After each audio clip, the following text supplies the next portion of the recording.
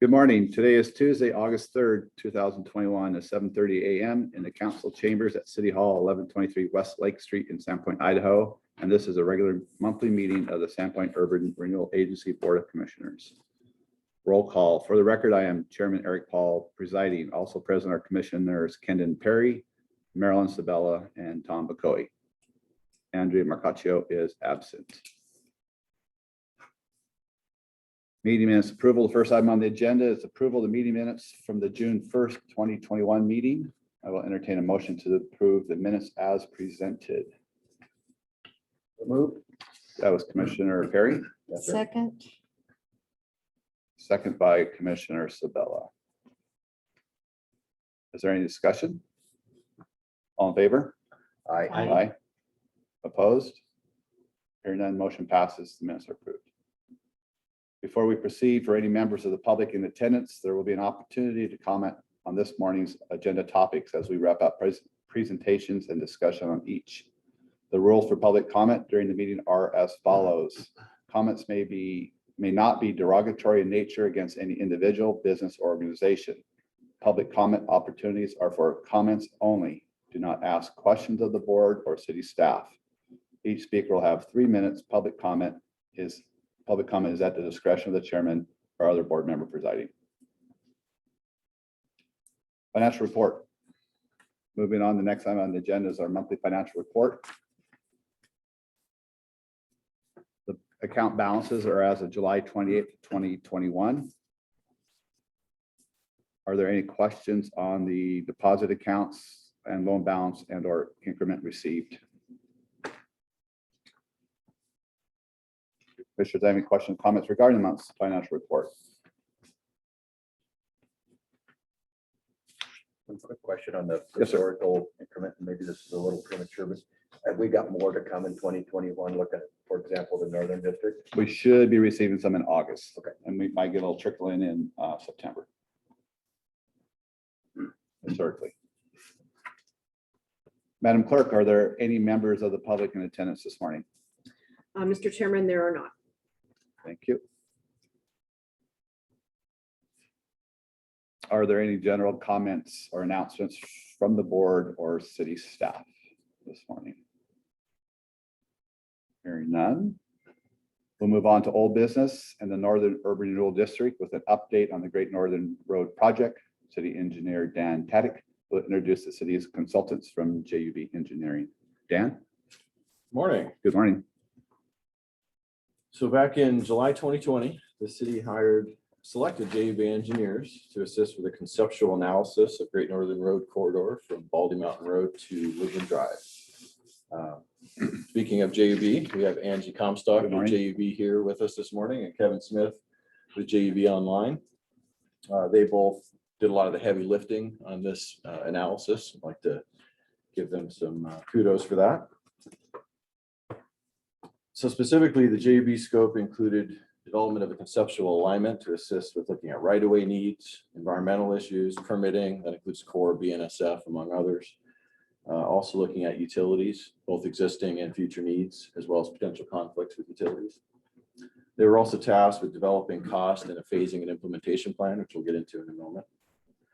So when we last met back in March, I believe, we presented typical cross sections and alignment. And happy to say that not much has changed since that time, but I figure it's worth going over at least briefly. This is our typical section up on top there for Great Northern Road. Does everybody see that okay, or should I zoom in a little more? Zoom in a little bit, please. Yeah.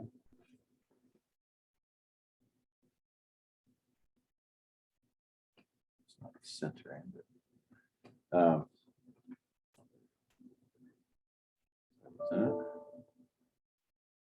so what you see here is a much widened asphalt surface with wide 14-foot lanes to accommodate that truck traffic. We've got 5-foot plus bike lanes on the east side. We've got a little more. Basically, we're not counting on the gutter pan to be part of that bike lane.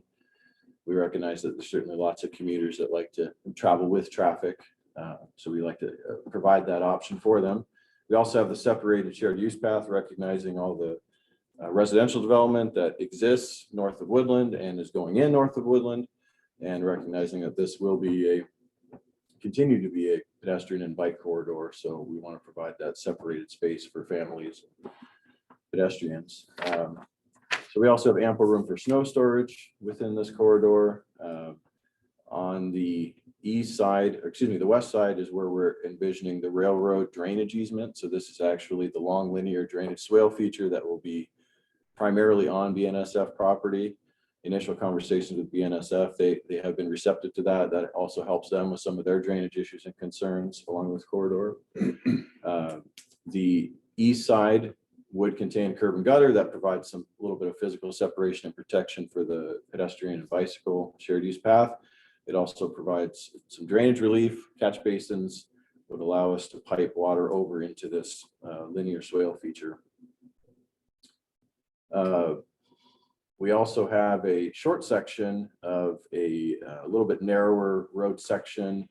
We still provide our separate bike lanes, a little bit narrower travel lanes, curb and gutter on both sides. So this is on a very short portion of realigned roadway north of Gooby, which we'll get into in a moment here.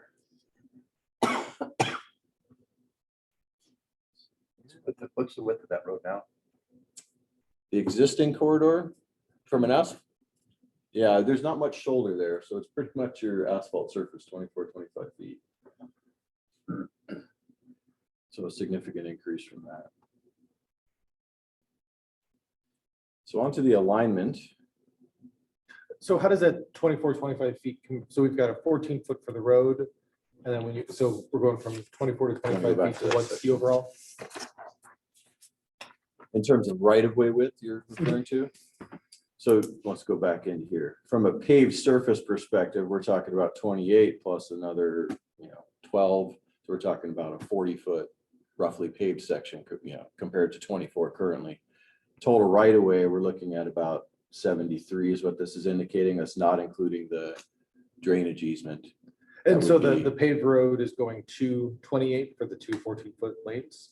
Plus the bike lanes. And what So is it'd it be even today? wider still, about 24 is what's today. Okay, so it's going from 24 to 28? 28 for the travel lanes plus shoulder and bike lanes, which are there in the concept, but not there currently. So it'd be much wider, add another 12 feet. So we'd be roughly 40 feet of paved surface compared to 24 feet today.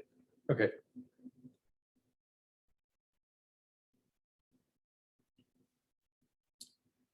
So onto the alignment. Again, this is just a kind of a refresher of what we saw back in March, but starting on the south end, we've got a realigned intersection with Baldy Mountain Road.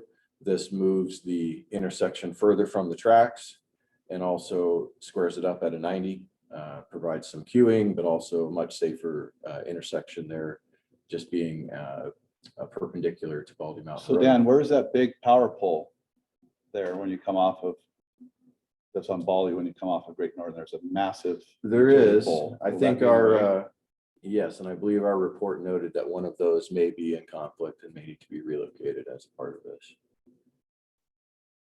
I don't know exactly, but I believe it is in that corridor. Kevin could probably speak to it more specifically where it might land. Yeah, the power poles right in that corridor. We do have flexibility to move that roadway around it if we need to during construction or during design. I think we were going to talk to the utility company and see if it was in there under franchise first. If it's under franchise agreement, then it would not be a cost to the project. If it is a cost to the project, we'd consider moving the alignment of the roadway over a little more.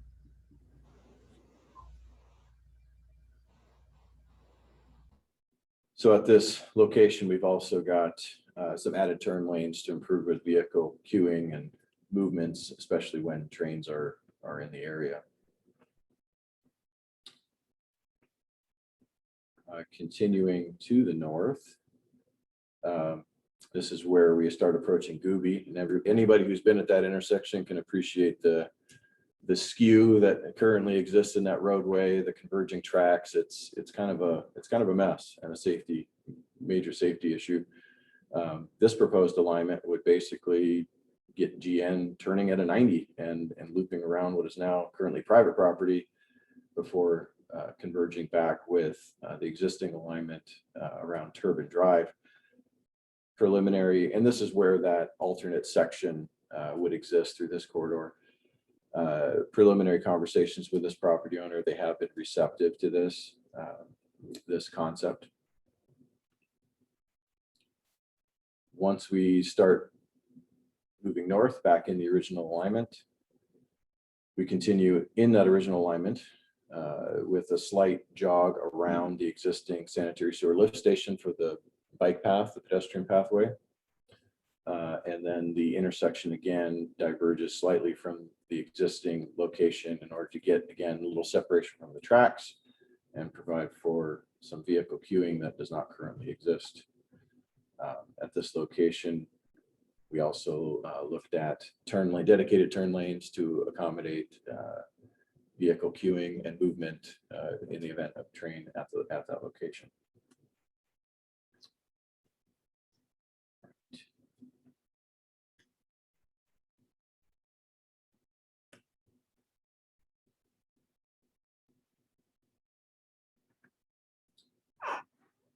So what has changed since back in March is we now have a final concept report that we're going to make available to all you today.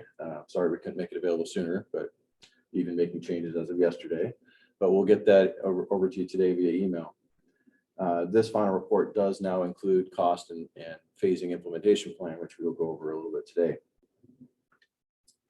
So before we get into the phasing and implementation plan here, sorry, I'm trying to scroll. Not working. Just wanted to highlight that the schedule presented here is an aggressive schedule. This schedule basically assumes that funding is available when we need it. And currently we do not have sufficient funding for the project. Additional funding is going to be necessary. So just wanted to make sure everyone's aware of that going in. So from a phasing plan, research phase, right, basically where we're at now, this phase will include elements including funding approach, a benefit cost analysis, and initial feedback from the SURA board, continuing through 2021 here. The engineering phase, preliminary engineering, which will take us to that 30% design level or so from where we are now, the conceptual level, geotechnical, and then final design plans and specifications.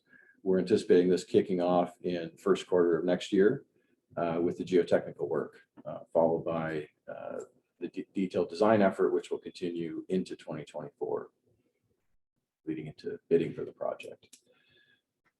Railroad permitting, while discussions with the railroad have already started and will continue, this task is really specific to the permitting, which requires a little more detailed design work. We're anticipating the permitting kicking off in early 2023 and continuing through fall of 24. Environmental permitting, this is going to be our Corps of Engineers and Department of Lands potentially permitting. Kicking off again once we have a little more design detail to share and obtain those permits in spring of 23 through early 2024, again leading into bidding for the project. Right-of-way acquisition, we're going to need additional right-of-way for this project. We've initiated conversations with several landowners and those conversations are ongoing. We anticipate many of those conversations to be continuing into 2024 even to get all the right-of-way we need for the project. Construction will really occur in 2 phases over 3 years. The initial phase is anticipated to be the water and sewer utility work in 2024, and followed by roadway and storm drain construction in 25-26. The roadway would be split in 2 phases, anticipating Gooby North in 2025 and Gooby South in 2026. So quickly getting into costs now.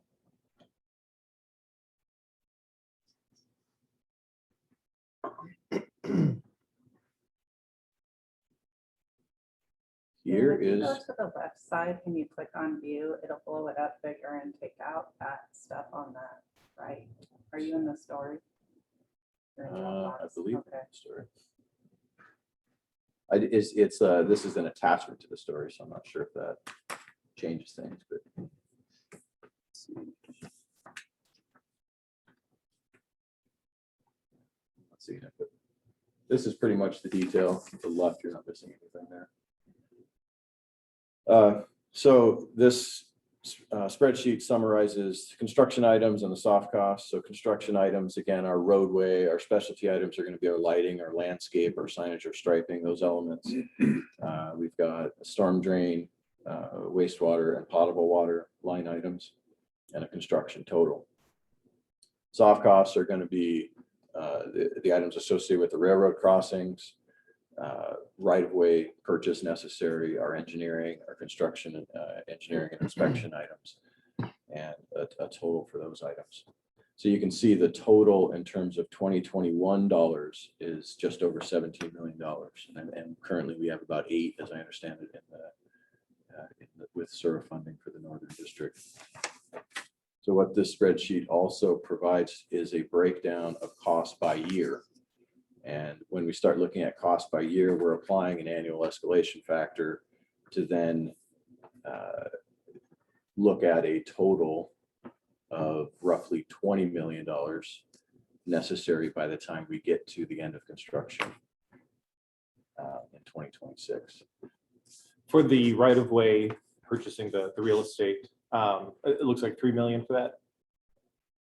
Right away, yep, just over 3. So, I mean, obviously the real estate market here, you know, has been a little bit crazy in the past couple of months. How did you kind of come up with that? And is that reflecting sort of the current kind of increase that that it's had, or how? And you know, not to give too much away in terms of some of the estimates and those types of things, but I think I'll have to lean on Angie and Kevin a little in terms of the property valuations and how those were calculated.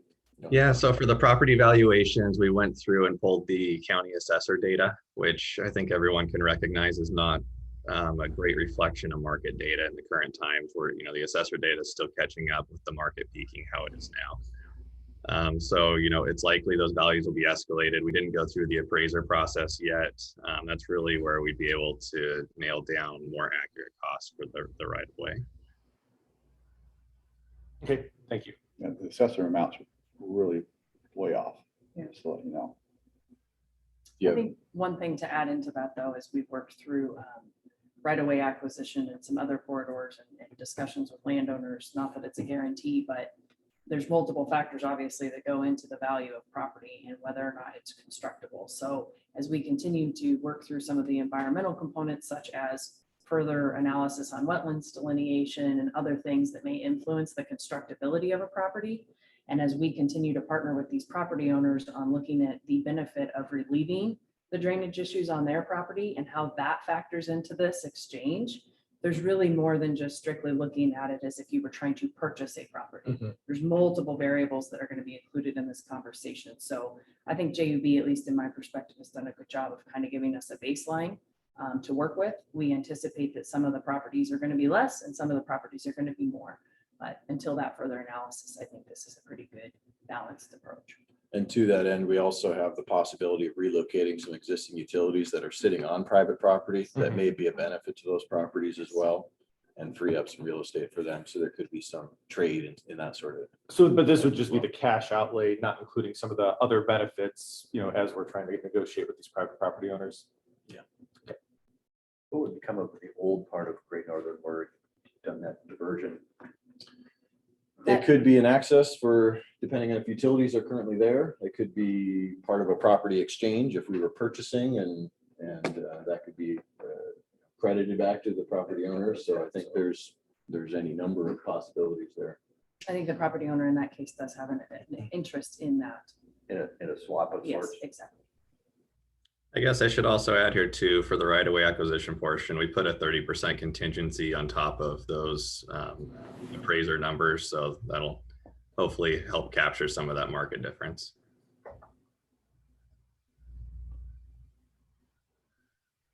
What percent of the whole road is not within the revenue allocation area? Because we can't fund any of that. That layer on the GIS map. No, I don't think so. Not that I saw it. Any costs associated have to be paired out. as a percentage of the total. Our plan with this, as part of the analysis going into the fall, is to have an economic analysis related to this project, and that really is going to tell us what is the appropriate allocation as opposed to just straight a geographic allocation.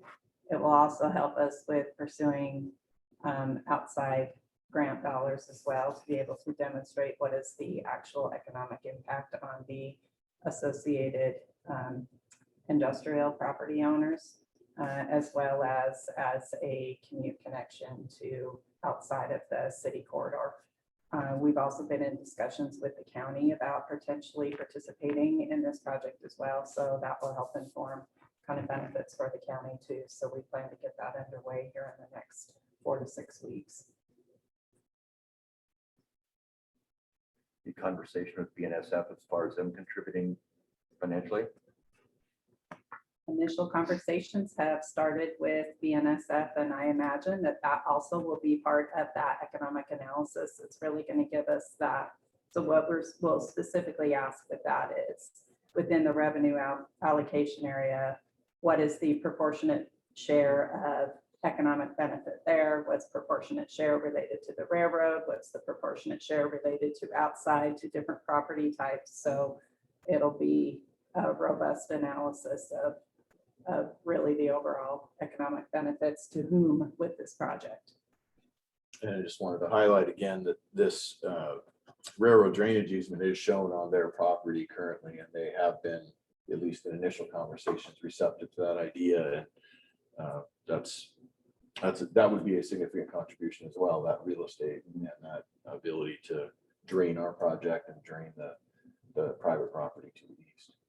The northern approximate quarter of the current roadway alignment is on BNSF property as well. So that is a substantial, I would say, share in this effort. So enabling us to keep our roadway in its current alignment versus trying to acquire property from the adjacent private property owner is a cost sharing mechanism as well.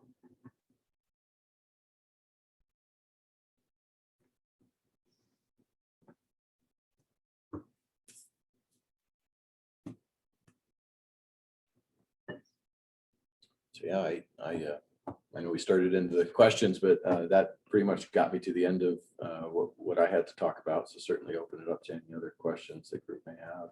I will just also note what Dan is showing you here is part of our budget book and budget story that is linked on our website. So you're able to go to our capital projects and link to the Great Northern Project and click on these just as he's done, so that you can really dive into the weeds of the drawings as well as the cost summary and some of the other documents there that have been linked. So And we will be adding the final concept report to here as well. So if you want the whole thing, you know, a lot of people want to see the drawings, the typical section or the cost summary. So without having to wait through the rest of it. So, but we will include the report in there as well.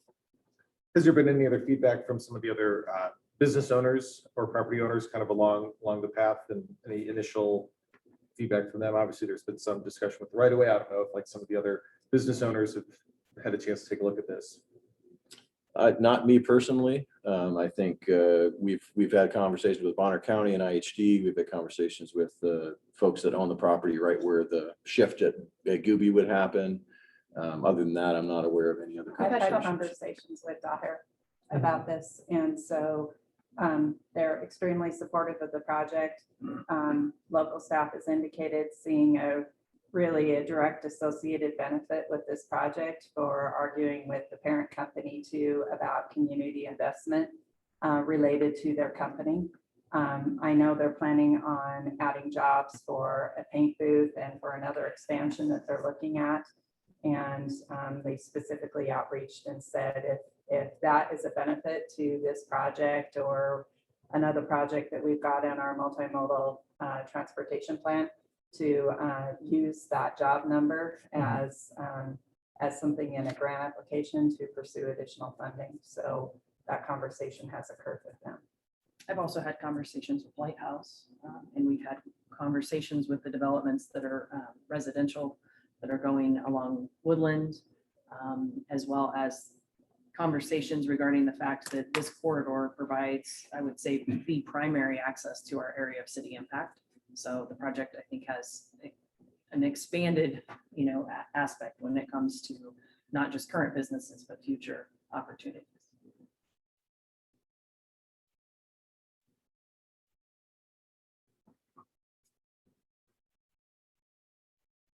Any further questions? Anything else to present today, Dan? Nope, that was it. Good. All right, thank you. So do we go to the website or are you going to email us? We will email you the Right, report. So you perfect. have the Thank whole you. thing today. Yeah. Thank you very much.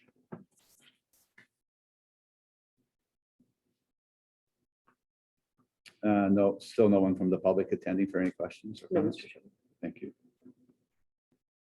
On to new business.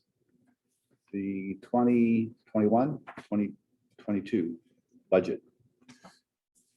You received the draft budget that was prepared prior to receiving some input from the city. Jennifer's asked that we include in the northern budget for 2022, so that'd be plan year 17, a $600,000 line item for Great Northern Preliminary Engineering Right-of-Way Acquisition Economic Impact Analysis. And that's not in here right now, right? Correct. So that would be your second column.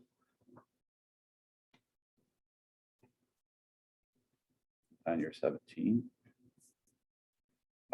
Question on Great Northern Stormwater. We still have 100,000 allocated for this year's budget. Is that going to be moved to next year's budget or removed? We have not invoiced for costs this year yet.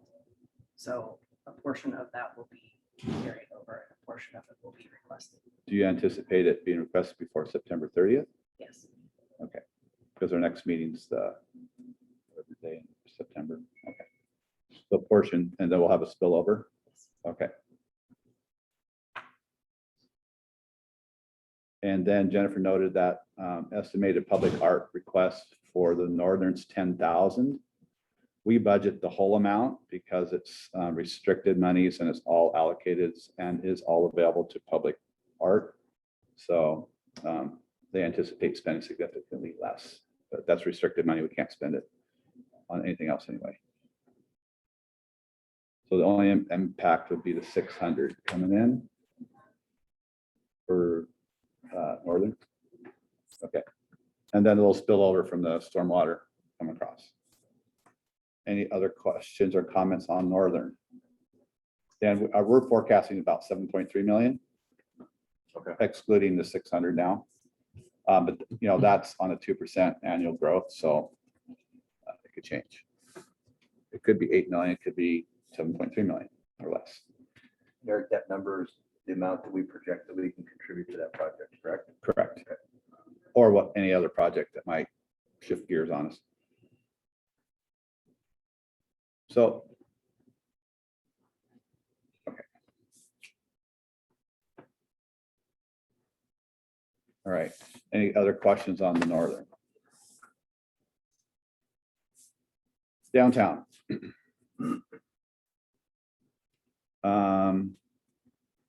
Again, prepared prior to receiving input from the city, which is like one day off, so it's not a big deal. Line item change, city parking lot, we have it budgeted in plan year 16 at $215,000. The city would like us to move it to plan year 21, 22. And has that amount always been 215 or was it lower? It's been 215 for several years. Okay. And 215, and that amount was for resurfacing the parking lot, and we put a hold on that because we were going to be revisiting what to do with the parking lot. And in addition to that, going into fall to winter of this year, we're hopeful to be able to get a grant related to our fiber infrastructure. And currently one of our main fiber trunk lines actually runs right through the middle of that parking lot. And if we are to look at improvements in the future relative to a parking structure or anything else, any development on that parking lot, that fiber line needs to be realigned. So we are actively pursuing funding for that project. And if not, we'll be budgeting it in or completing that project in our fiber fund to make that happen. But the plan this year, we are getting underway with a parking study to downtown. That's in the city budget. It'll be looking at parking in the downtown corridor as well as over at City Beach. We will be undertaking an economic impact analysis related to that parking lot and best uses for that area, what would have the greatest economic benefit to our downtown. And I anticipate the city working closely in conversations with SUR as we move later on into this year as to what that might look like relative to public-private partnerships on that parking lot, with SUR again being the kind of the partner in the project that can make some of that, pull some of those levers to make that happen. I know there's been conversations about that in the past, but I think we're at a point of really picking up that conversation and moving forward with it. All right, so thanks, Jennifer. So the shift would be moving the 215,000 that's remaining allocated for plan year 16 to plan year 17. That modifies the ending balance and increases it by $215,000 to approximately $476,989. I'll make the adjustments and send this back out. With that increase, if you go to downtown streets reimbursement of 104,000 scheduled for this year, we can increase our reimbursement back to the city this year. So we can take that up in September's meeting. We had planned 104,000 remaining from our budget. We have excess funds. We can still contribute more to that to pay off that reimbursement to the city. So I'll recast the downtown street reimbursements. You see where I'm at? Okay. And how much are we going to bump up the reimbursement then? That's for discussion. We could discuss now, or we can discuss on the first meeting in September. Doesn't make any difference to me. Maybe discuss now. That way we can modify this and it'll come out as an accurate. Is there a number good for the city, or is as much as possible good for the city? They want it all now. Yeah. So the approximate balance as of July 2021 is 2.36 million. So we need to keep approximately 100,000 remaining. And there's no interest or anything like that. It's just Correct. a flat number, whether Flat we pay number. it in 10 years or 5 years. Right. Okay. The benefit to paying it sooner is, and getting that paid off is, as you all know, it was a 3-phase project. And so our plan is to be into design of phase 3 before the end of calendar year 2022 and moving into hopefully construction in 2023. So we're going to again be in a position because of the way the dollars are coming into SURA with us upfronting the costs of that project. And the city council has approved set aside of a capital reserve specifically for this purpose. So as dollars are coming in and replenishing it, they're basically coming back into our capital reserve and enabling us to front the costs for phase 3 and get that completed. So I mean, if we're going to end up pushing the 215 to next year, I mean, we could do 215 more this year and 215 less in reimbursement next year. That would be, I'm guessing that would be one option. And that would still keep us within the. No, if you increase, I have to run the numbers on it.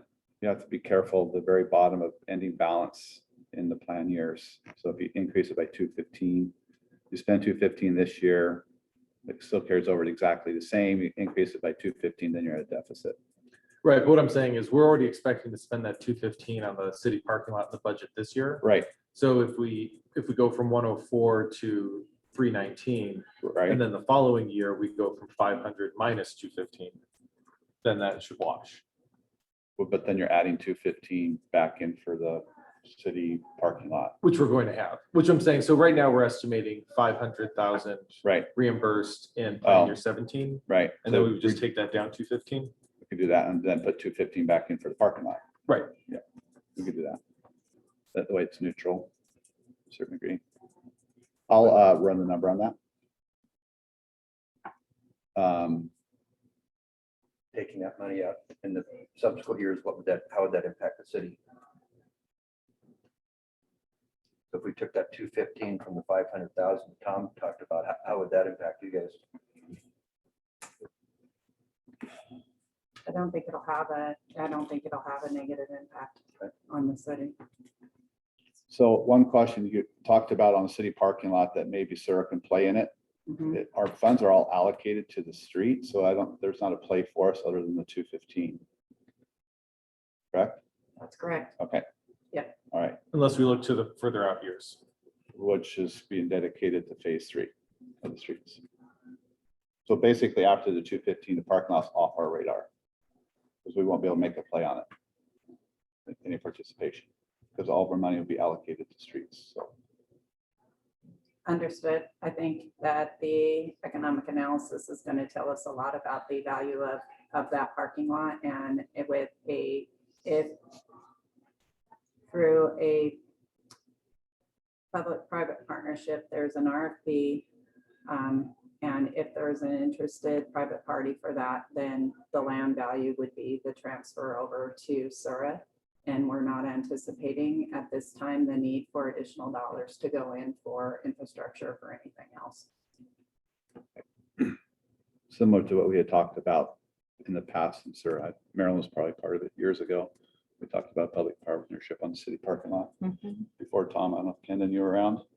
Yeah, that one, I'd heard of it, but not. Okay. All right, so I will recast the numbers with the adjustments to increase the downtown street reimbursement by 215 for this year. So it makes it roughly 319. And then add 215 to the city parking lot for 2022 plan year 17. And then look at how much I need to adjust the reimbursement for next year, plan 17 to the city. It might be 500, it might be 215 less, it might be And we can see what the increment looks like next year as well. correct. Which brings with the seasons going vertical, is that showing up in any of the increment on the budget projection? Because that should end up hitting when it gets completed, correct? Yeah, we get about 10,000 per million in value in taxes. So that could be at least an interesting enough number there. Yeah, I think we're going for $1 million plus. Yeah, well, Well, over a well over, million. I think that 1.5 plus. So two of them would get you 30,000. Roughly. But they, only once they are sold and go on the tax roll. Mhm. Yeah. I think most of them are pre-sold. It'll be once occupancy permits are issued is typically Then when go they're on going rolls. on, and with the legislative changes, one thing that'll work to Sura's advantage is with the legislative changes for construction coming onto the tax rolls. We were about a year delay on that, and now with the latest legislation that was passed this year, we are getting current numbers. So once those come on to the tax roll, or once those are issued, we would expect within 12 months those to be on the tax rolls. Okay, so we could have a potential Lift. 60,000 per year lift, Sure. probably starting year 17 or 18. Not to put it in the budget, but Yeah. just, Yeah. see what's coming down the pipe. Yeah. So Melissa, how do we make a motion to accept the 21 and 22 budget when I have to go back and recast this? I think you have a couple of options. I think you could come back and do that during the first week meeting in September, unless it needs to be adopted prior We have to adopt city it. council budget on August It 18th. doesn't? Okay. It's for informational purposes, so you could come back and do that first, get everything changed and do it that meeting in September. if you'd September. like. That's what we'll do. Okay, because we want good numbers. All right. So I'll make the adjustments, recast it. I'll send it back out to everybody so they can see it. I'll include staff as well. We'll work on that. So we'll table the decision on accepting that budget until the next meeting in September when we make the adjustments per our discussion today. Are there any other comments regarding the 2022 budget? Hearing none, okay, so we're not going to take a motion. Is there any further business? I don't see any on the agenda. If not, we are adjourned at 8:11.